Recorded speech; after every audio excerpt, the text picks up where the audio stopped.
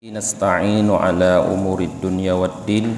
Asyhadu an la ilaha illallah wahdahu la syarikalah wa asyhadu anna Muhammadan abduhu wa rasuluhu la nabiyya ba'dah. Allahumma salli wa sallim wa barik ala Muhammad wa ala alihi wa sahbihi ajma'in, amma ba'd. Allahumma allimna ma jahilna wa dhakkirna ma nasina wa fahimna ma lam nafham. Subhanaka la ilma lana illa ma 'allamtana innaka antal alimul hakim. Rabbi shrah li sadri wa yassir li amri wahlul 'uqdatam min lisani yafqahu qawli. Jamaah maghrib yang dirahmati oleh Allah, kita lanjutkan kembali kajian tasawuf kita, masih tentang ikhlas. Waqila li ba'dil hukamak manil mukhlis. Qal al mukhlis alladhi yaktumu hasanatahu kama yaktumu sayyi'atahu. Ditanyakan kepada sebahagian ahli hikmah, siapa orang yang ikhlas? Sebahagian ahli hikmah itu menjawab, orang yang ikhlas adalah orang yang menyembunyikan kebaikan-kebaikannya sebagaimana ia menyembunyikan kejahatan-kejahatannya. Jadi para jamaah, sebahagian hukamak ahli hikmah menempatkan definisi ikhlas pada sikap tidak ingin diketahui oleh orang lain kebaikan yang dia lakukan, sebagaimana dia tidak ingin kejahatan yang dia lakukan diketahui oleh orang lain. Sikap itulah yang disebut dengan ikhlas. Orang yang memiliki sikap seperti itu disebut orang ikhlas. Nah, di saat kita punya sikap seperti itu, tidak punya keinginan dalam hati di saat melakukan kebaikan, tidak punya keinginan dalam hati untuk diketahui oleh orang lain, terserah orang lain tahu atau tidak, tapi kita tidak punya keinginan untuk orang lain tahu, agar orang lain tahu, sebagaimana di saat kita melakukan kejahatan, persis sama seperti itu, tidak punya keinginan sama sekali, kita tidak suka diketahui oleh orang lain, maka di saat itu kita ikhlas dalam melakukan amal kebaikan tersebut. Nah, bermakna apabila ada sedikit keinginan untuk diketahui oleh orang lain, maka kita belum bisa dikatakan orang yang ikhlas. Nah, tapi umumnya sekarang orang yang berbuat selalu ingin diketahui. Dia tanya perlai depu, bahkan perlai harus naputu lah. Memang kalau itu adalah bukan misalnya milik kita pribadi seperti kita bersedekah, mungkin benar perlu difoto agar orang lain percaya bahwa apa yang dititipkan pada kita telah kita salurkan. Tapi kalau milik pribadi, untuk apa? Kepada siapa akan kita tampakkan? Kepada Allah, Allah tidak perlu foto, karena tanpa difoto pun Allah tahu, disembunyi pun tahu. Berarti ada keinginan untuk menampakkan pada orang lain, kalau ia seperti itu. Tapi jangan cepat curiga kita kalau orang foto, tidak ikhlas. Jangan, karena bisa juga itu digunakan sebagai media berdakwah, seperti yang kita kaji malam yang lalu. Artinya dengan dia lakukan kebaikan tersebut, dia foto, dia sebarkan kepada kawan-kawannya, sehingga kawannya tertarik untuk melakukan hal yang sama, maka dia dapat 2 pahala. Sebenarnya pada perbuatan sama, orang memotret, mengambil gambar dari kebaikan yang dia lakukan lalu disebarkan, tapi pada hati yang berbeda. Siapa yang dapat mengukur itu? Pelaku itu sendiri dan Allah Subhanahu wa taala. Kita tidak bisa mengukur. Maka tidak ada hak pada kita menilai orang lain. Itu yang hati-hati. Kalau belajar tasawuf, kita belajar menilai diri sendiri, tidak belajar untuk menilai orang lain. Kita belajar untuk menjadikan diri kita sebagai cermin bagi diri kita sendiri. Tidak belajar kita menjadikan diri kita sebagai cermin bagi orang lain. Karena orang belajar tasawuf, dia ingin dirinya baik. Nah, ingin dirinya terperbaiki, bukan ingin orang lain dulu terperbaiki, tetapi dia masih jelek, konegen. Maka tidak ada penilaian terhadap orang lain. Nah, seperti itulah sebahagian ahli hikmah mengatakan, menempatkan posisi ikhlas. Apa itu ikhlas? Nah, waqila li ba'dihim, ditanyakan kepada sebahagian mereka ahli hikmah, karena sebahagian yang lain, karena ahli hikmah itu banyak. Nah, orang yang disebut dengan ahli hikmah itu orang yang sudah dapat berbagai macam kebaikan dari Allah. Wa man utiyal hikmata faqad utiya khairan katsira, kata Allah. Faman utiya hikmah, siapa yang Allah berikan hikmah, sungguh orang tersebut telah diberikan kebaikan yang sangat banyak. Nah, orang yang sudah mendapatkan kebaikan yang sangat banyak dari Allah, mereka itulah ahli hikmah. Nah, sebahagian mereka yang lain, artinya orang ini punya definisi lain terhadap ikhlas. Ditanya kepada mereka, ma ghayatul ikhlas, apa puncak dari ikhlas? Jadi ikhlas tingkat tinggi ditanyakan. Qal, sebahagiannya itu berkata, alla tahibba mahmadatan nas, yaitu kamu tidak suka pujian manusia. Itulah ikhlas tingkat tinggi. Tidak menyukai pujian. Kalau kita bandingkan, hampir serupa juga para jemaah. Tidak menginginkan orang lain tahu kebaikan kita. Artinya juga tidak mengharapkan ada pujian. Artinya sama sebenarnya. Cuma mereka menggunakan kalimat yang lain. Ini langsung kepada tidak menginginkan pujian dari orang lain. Terserah orang lain tahu atau tidak, tapi sama sekali kita tidak ingin orang lain memuji. Itulah namanya ikhlas tingkat tinggi. Nah, kemudian wakila li Dhinnun al-Misri, ditanyakan kepada Dhinnun al-Misri. Dhinnun al-Misri ini seorang ulama sufi besar zaman dahulu. Nah, dihadapkan kepada beliau sebuah pertanyaan. Pertanyaannya, mata ya'lamar rajulu annahu min safwatillahi ta'ala. Kapan seseorang dapat mengetahui bahwa dirinya termasuk orang-orang yang dipilih oleh Allah Subhanahu wa ta'ala, orang istimewa di sisi Allah? Apa tandanya? Apa indikatornya bahwa kita sudah termasuk orang istimewa menurut Allah? Artinya ujungnya orang yang ikhlas. Beliau menjawab, yu'rafu dzalika bi arba'ati asya'. Ada 4 indikator untuk melihat apakah kita termasuk orang istimewa, orang pilihan. Yang pertama, idza khala'ar rahata, yakni tarakar rahah.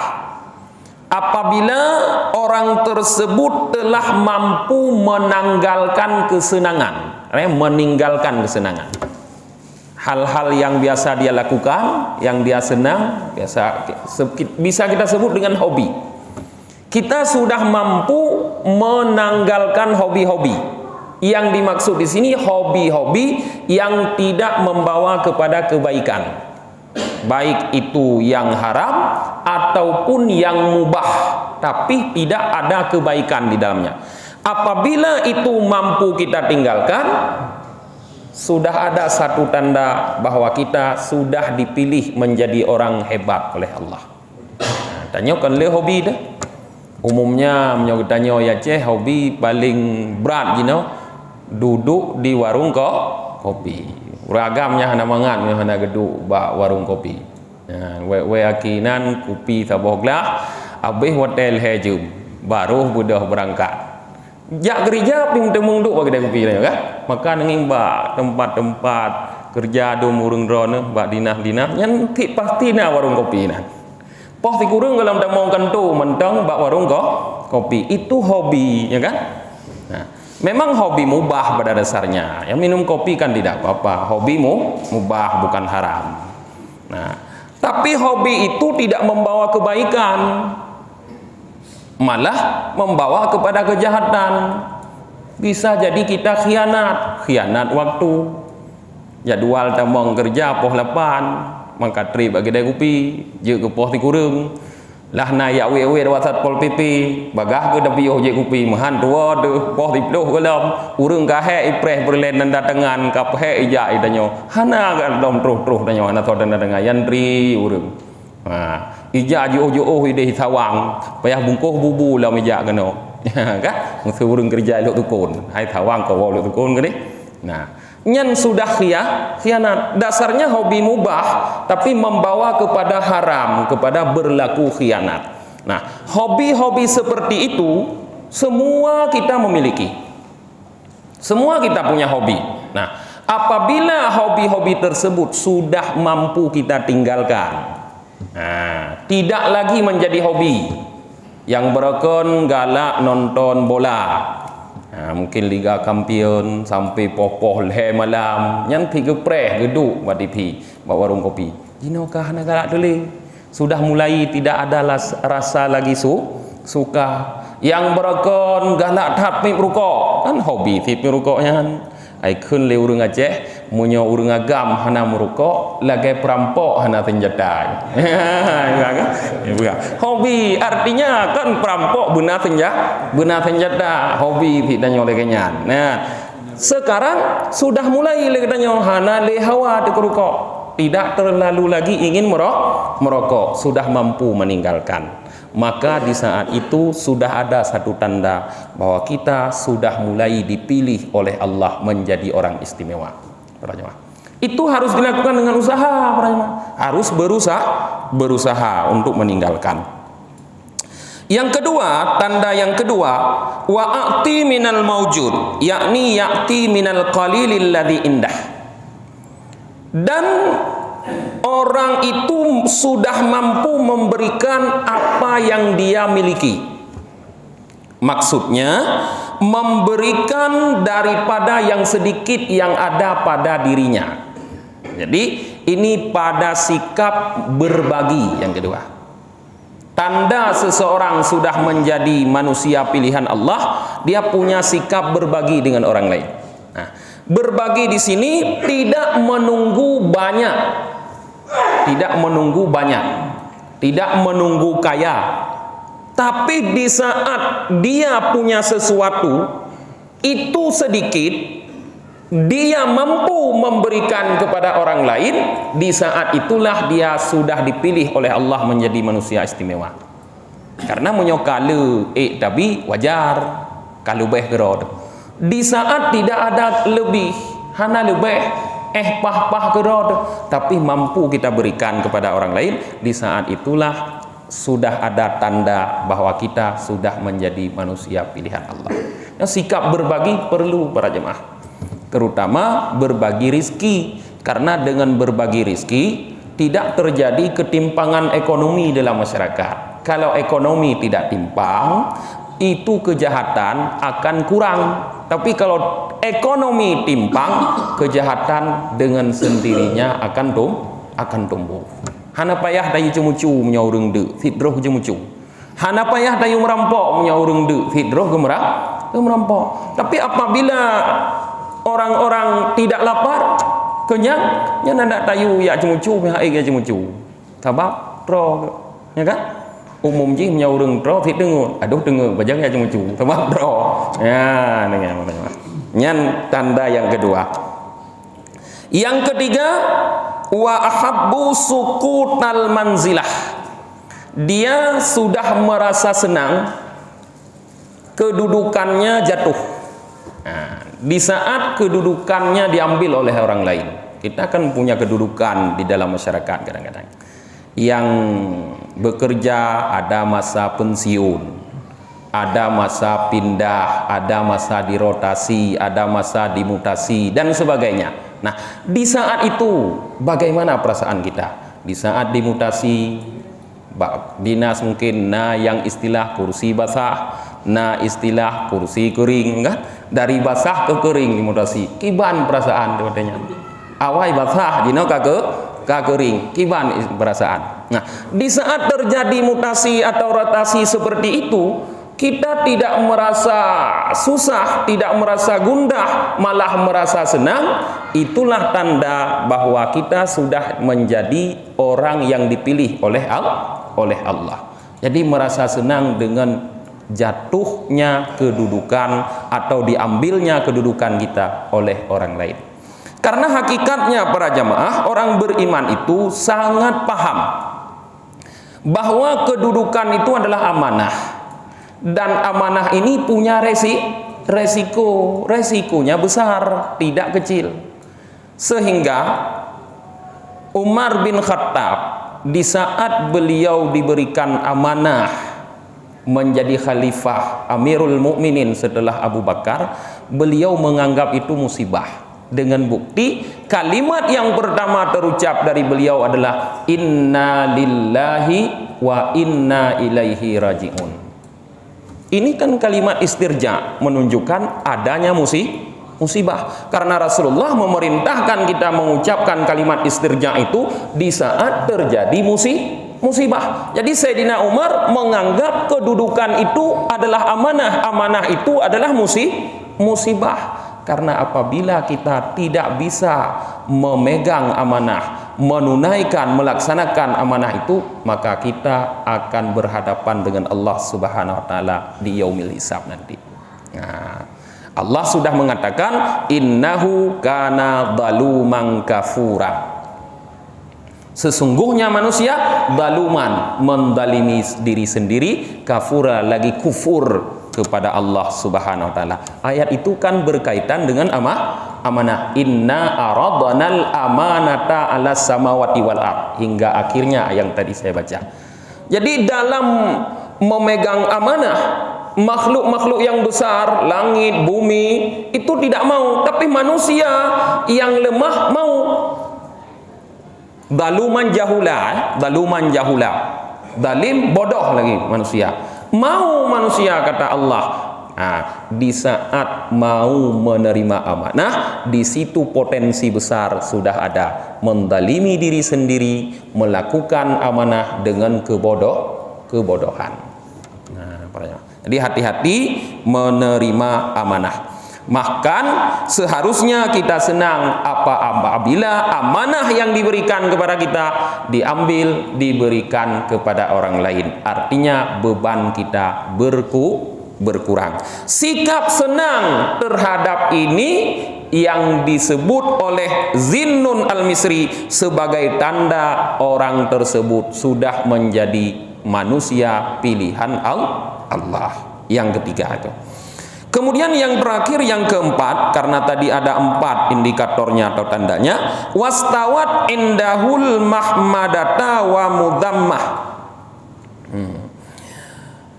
Pada orang tersebut pujian dan celaan sudah dianggap sama. Tanda yang terakhir, yang keempat, seseorang sudah menjadi manusia pilihan Allah, pujian dan celaan sudah sama pada dia. Artinya kalau dia sudah bersikap, maka dia tidak lagi peduli terhadap pujian, tidak lagi peduli terhadap cercaan atau hinaan.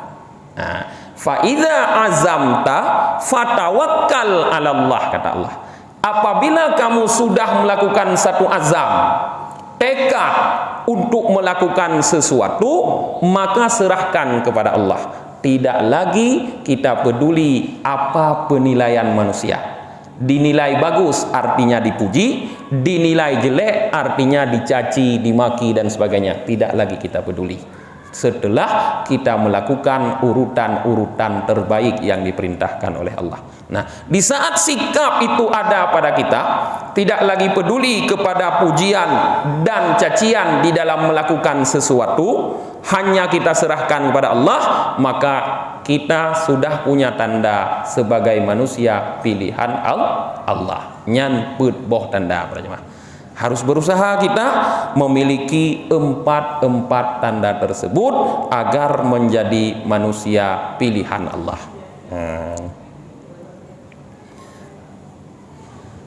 Kemudian waqad ruwiya an Uday bin Hatim At-Tai anna Rasulullah sallallahu alaihi wasallam annahu qala.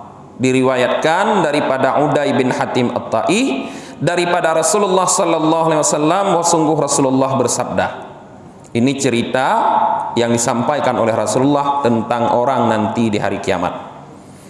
Yu'maru bi unasim minan nas yaumal qiyamah ilal jannah.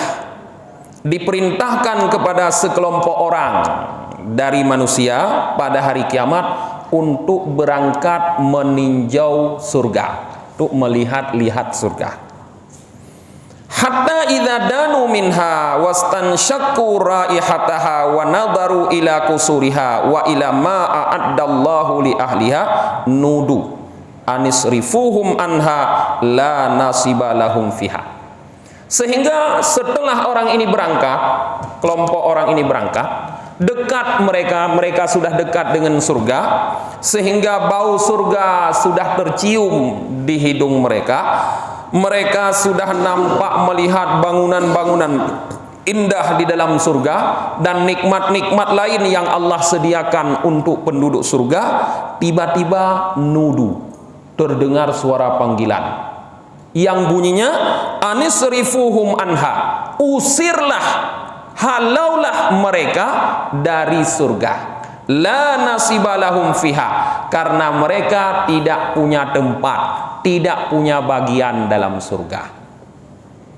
Persis lagi tanya tanuk jak mesti ho Singapura atau Malaysia, tanuk berangkat berat Batam ino ya ceh no kata berangkat taik motor kudih Medan, dari Medan taik pesawat kudih Batam Hang Nadine, terus kudih bantanuk berangkat ke Singapura. Kaduh dah kalian bangunan Singapura kan dari Batam kan, kup lagak-lagak bangunan. Kaidun katanya, ipegah pizza bermasalah. Hanai bijak. Yang kon cukup kaki, kabeh peng dadak meuna watai lho laju inoi kampung ni begah anjek jak ron. Bisa hanapa? Hana sakit tadi.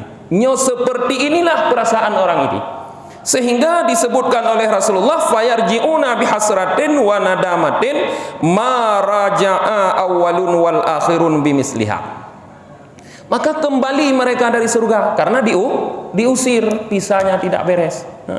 Diusir mereka dari surga, kembalilah mereka lagi ke tempat pemberhentian, yaitu di tempat di padang mahsyar. Kembalilah mereka ke situ lagi dengan perasaan yang sangat rugi dan penuh dengan penyesalan. Yang perasaan rugi dan menyesal itu, kata Rasulullah, belum pernah dialami oleh orang-orang yang pertama dan orang yang terakhir. Arti orang yang pertama hidup dan orang yang terakhir hidup. Mereka lah orang yang paling merugi dan paling menyesal, kata Rasulullah.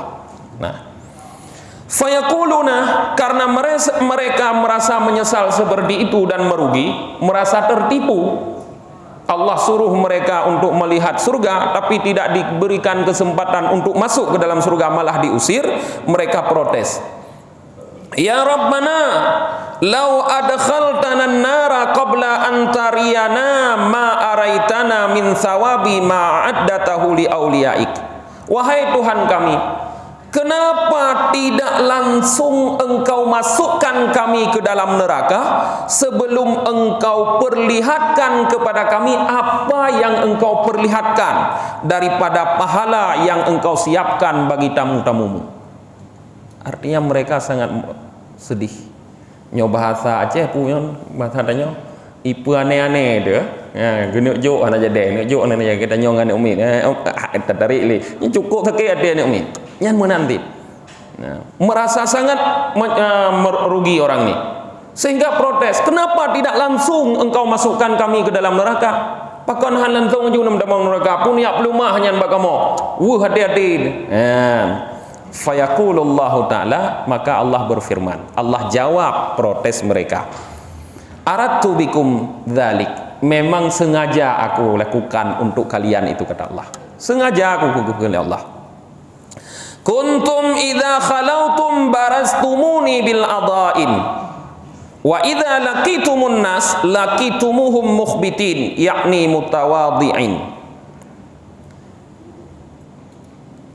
Karena kalian, kata Allah, apabila kalian khalautum, apabila kalian dalam keadaan sunyi, dalam keadaan sendiri, barastumuni, kalian melakukan kedurhakaan kepadaku bil adaim, dengan berbagai macam dosa besar. Tapi wa idza laqitumun nas, apabila kalian bertemu dengan orang-orang, artinya di dalam tempat ramai, laqitumu mukhbitin, kalian menjumpai mereka dalam keadaan mukhbitin, yakni mutawadhiin, merendahkan diri, seolah-olah orang yang sangat baik kalau di khalayak ramai, kalau sendiri melakukan dosa besar. Tara'unan nas bi'amalikum khilafa ma tantawi alaihi qulubukum. Kalian menampakkan kepada manusia dengan perbuatan-perbuatan sebalik apa yang ada yang tersembunyi di dalam hati kalian. Habtumun nas, kalian takut kepada manusia, walam tahabuni, tetapi kalian tidak takut kepadaku, kata Allah. Ajalal tumun nas walam tajalluni, kalian muliakan manusia tapi tidak kalian muliakan aku. Wataraktum linnas walam tatrakuli, kalian meninggalkan suatu perbuatan karena takut terhadap manusia tapi tidak mau meninggalkan karena takut kepadaku. Fal yaum, maka hari ini, kata Allah, adzikukum, aku timpakan kepada kalian alimun iqabi, siksaku yang sangat pedih, ma'ama haramtukum min jazili thawabi, beserta aku perlihatkan apa yang tidak aku berikan kepada kalian daripada balasan pahala yang sangat besar, kata Allah. Jadi penyebab para jamaah, kenapa sekelompok orang ini dinampakkan oleh Allah nilai pahala, yaitu surga dengan berbagai macam nikmatnya, tapi Allah larang mereka untuk mendapatkannya. Karena rupanya dulu di dunia mereka melakukan amal-amalan dengan cara menipu Allah. Maka Allah tipu mereka di akhirat. Bagaimana? Mereka melakukan amal baik tapi bukan untuk Allah, sehingga mereka hanya beramal dikala orang melihat, tapi dikala orang tidak melihat malah mereka melakukan dosa. Artinya mereka takut bukan kepada Allah tapi kepada manusia. Orang-orang seperti ini, para jamaah, adalah orang-orang yang lebih mementingkan penilaian manusia daripada penilaian Allah. Lebih peduli kepada kata-kata manusia daripada firman Allah. Inilah balasan orang-orang yang seperti itu di hari kiamat. Allah nampakkan pahala, tapi Allah haramkan untuknya, malah dimasukkan ke dalam neraka. Ini juga kebanyakan sikap manusia. Diakui atau tidak para jemaah, mungkin kita juga punya sikap seperti itu. Tanya opina lagi kan. Tanya kadang-kadang perlu ke penilaian orang lain. Apalagi dalam karirnya kan, tentu perlu penilaian orang tanpa peduli kepada penilaian Allah. Dengan bukti, lihat para jemaah, kita tahu Allah menitipkan kepada kita berbagai macam nikmat.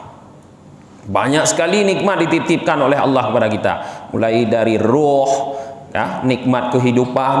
Kemudian dalam kehidupan itu Allah berikan berbagai fasilitas dari tubuh kita dan fasilitas yang lain. Nah, itu nikmat Allah semuanya. Kita tahu semua nikmat itu akan Allah mintakan pertanggungjawaban di di akhirat. Nah, seperti kata Allah, inna sam'a wal basara wal fuada kullu ulaika kana anhu mas'ulah. Pendengaran, penglihatan, hati, kata Allah, semua akan dimintakan pertanggungjawaban. Nikmat Allah itu, pendengaran nikmat Allah, penglihatan nikmat Allah, hati itu nikmat Allah yang Allah berikan. Bagaimana penggunaan akan ditanyakan nanti di akhirat. Artinya kita harus membuat laporan pertanggungjawaban terhadap nikmat. Tapi coba lihat sikap kita para jemaah. Sedikit mungkin nikmat yang diberikan oleh manusia, sebenarnya nikmat Allah, tapi melalui manusia. Bagaimana capeknya kita siapkan laporan pertanggungjawaban. Kita yang bekerja di pemerintah yang nyoka bulan 12 poh 12 malam kalau tawa rumah telepon urinang ho no delat han wo nyopaya kerja lembur nyontu thang itrun BPK Itrun inspektorat kan ujung-ujung membuat pertanggungjawaban kan kena ya kan tinggal dengan. Tapi kenapa kita tidak pernah bangun tengah malam ya seperti itu, tidak tidur kita buat pertanggungjawaban nikmat kepada Allah setiap bulan 12 bagaimana nanti. Tapi karena artinya kita lebih mementingkan penilaian manusia dari penilaian Allah. Kalau kita masih seperti itu, pasti kita akan masuk salah satu dari kelompok orang-orang ini. Na'udzubillahi min dzalik. Ya, para jemaah yang udah. Jadi harus terubah sikap. Oh, karena kita hidup di dunia, kita dinilai oleh orang, ya memang wajar. Karena orang sudah menitipkan kepada kita, kita buatkan laporan dari apa yang dititipkan. Tapi jangan kesampingkan apa yang Allah titipkan, yang semuanya juga harus kita laporkan kepada Allah. Nyan bet dengan sampingkan. Bek hana yum yang gepuduk li Allah bak getanyo, yang meyum atabi o tagai ijuk lego. Be o taganya, yang gejuk li Allah yang geyu balah ek balah. Munafah mendong piuro pi malam badi go dan munafah. Dah balah.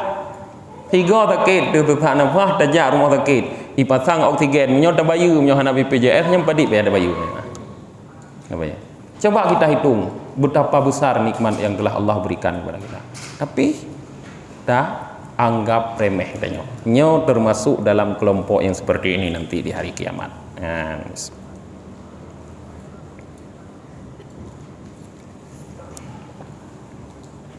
Sekitar 10 menit lagi ke Aisyah. Ya, kadang yang mau bertanya. Baik dua ada lagi malamnya. Enggak. Waalaikumsalam warahmatullahi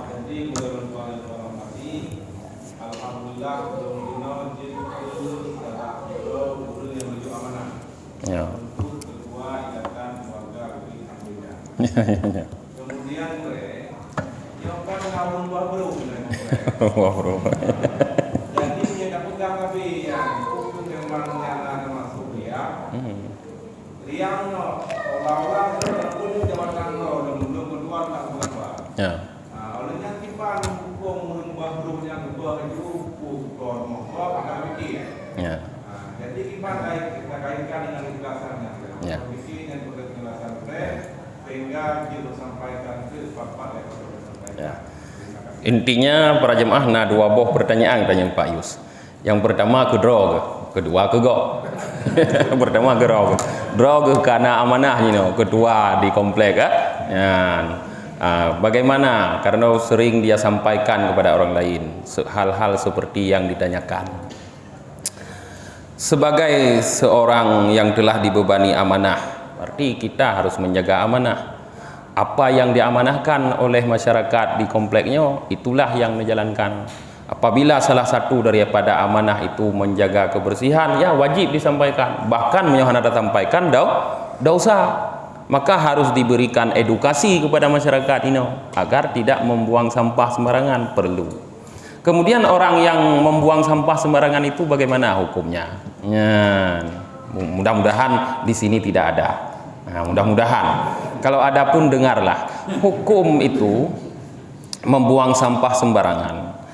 Kita harus melihat dari sampah yang kita buang itu mengganggu tidak orang lain. pasti mengganggu, karena sampah itu baunya mengganggu, kotor juga mengganggu, dan kita buang bukan di tempat pembuangan sampah. Nah, mengganggu orang itu adalah ciri-ciri ketidakbenaran iman. Jadi pengaruhnya pada iman. Karena kata Rasulullah, la yu'minu ahadukum. Ya. Bukan iman, ciri-ciri ketidakbenaran Islam. Karena kata Rasulullah, al-muslimu man salimal muslimu. Orang Islam adalah orang yang mampu menyelamatkan orang Islam yang lain min lisanihi wa yadaihi, daripada lidahnya dan kedua tangannya. Lidah artinya perkataan, tangan artinya perbuatan.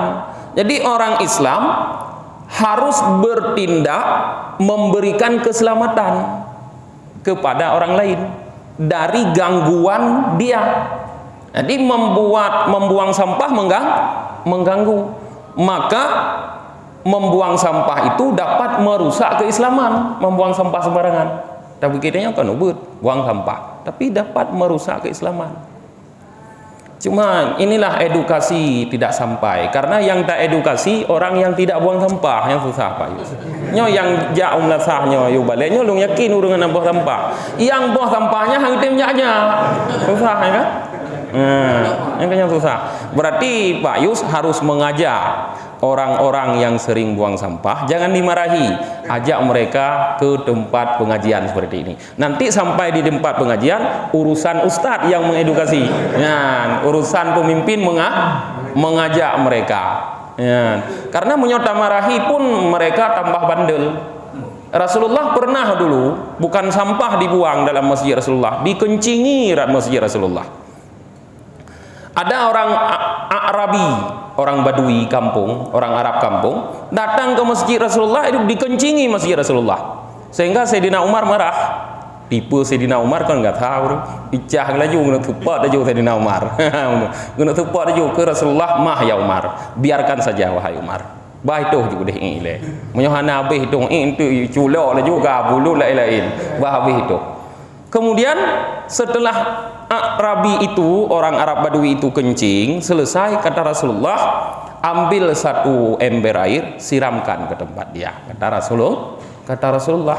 Jadi di hadapannya langsung dicuci, disiram. Itu jadi pelajaran bagi orang tersebut bahwa tidak boleh membuang kotoran kencing di dalam masjid. Jadi edukasi yang diberikan oleh Rasulullah langsung menyentuh. Mungkin kita perlu contoh pola edukasi Rasulullah, tidak dengan kasar, dengan lembut, tapi langsung menyentuh, memberi pelajaran yang langsung mengena, bukan dengan kata-kata, tapi dengan perbuatan. Itu yang perlu dicontoh mungkin Pak Yus.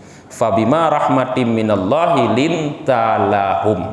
Dengan sebab rahmat dari Allah, kamu bisa berlaku lemah lembut kepada mereka. Walau kunta faddan ghalidhal qalbi lam faddu min haulik. Kalau kamu berkeras hati, kasar, lam faddu min haulik, mereka lari di sekitarmu, di sekelilingmu. Munyo tanya keruh, musulung tumubutnya keruh kata muden temuna aju. Kena lagi tengku ceramah hati mulut. Ya, nyan hana jale urang nak but kena. Bahan jale nak but.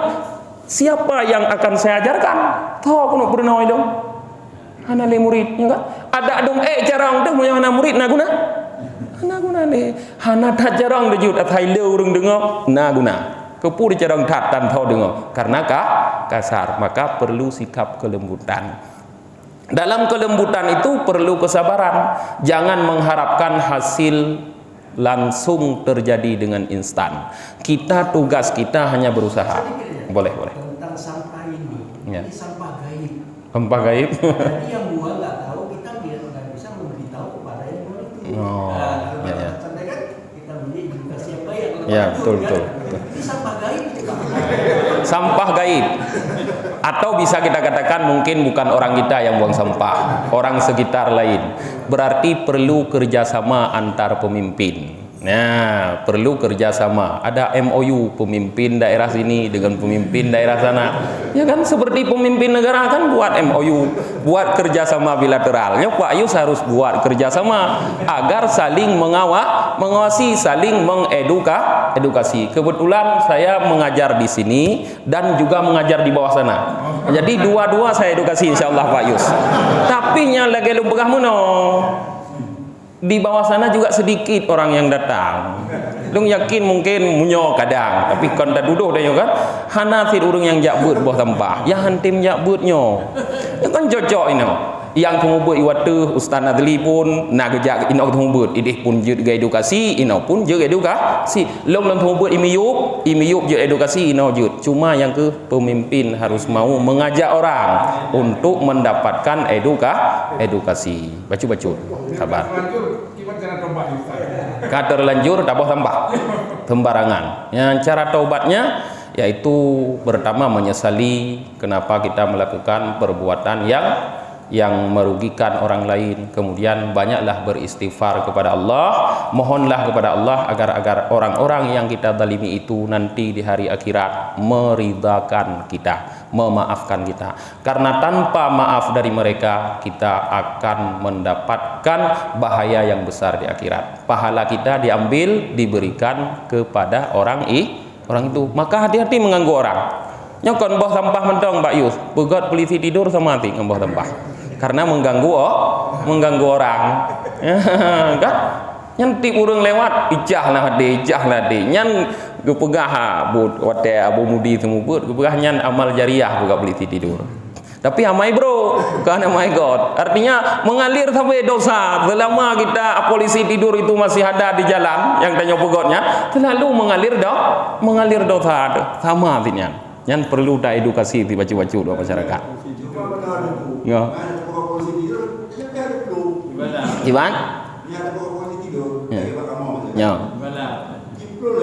Ibalap. Berarti yang tu perlu edukasi ke pembalap atau perlu membuat tempat balap, ya kan? Pemerintah lagi kan harus kepegot baik gelarang mentang urang balap, harus dah pegot tempat balap. Ya, Pak Yus usulkan ke Pak Wali Kota, pegot tempat balap ina sabo. Lahan kosong kan ada.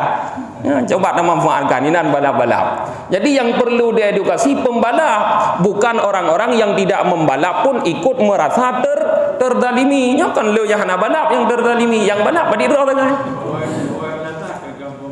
Ya, orang buat mata mana pembalap. Ya.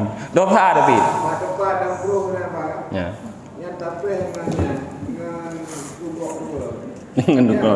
yang kalau kita di Umar muno kan Rasulullah gelarang mah ya Umar jangan ubah karena orang nanti urang danya munyo gasa tambah gasa ula-ula je ende urang nya hang betih le tapu pi hang dengar li timbul kebencian kepada danya nya ada butoi dah pegah hanali bau urang ka salah.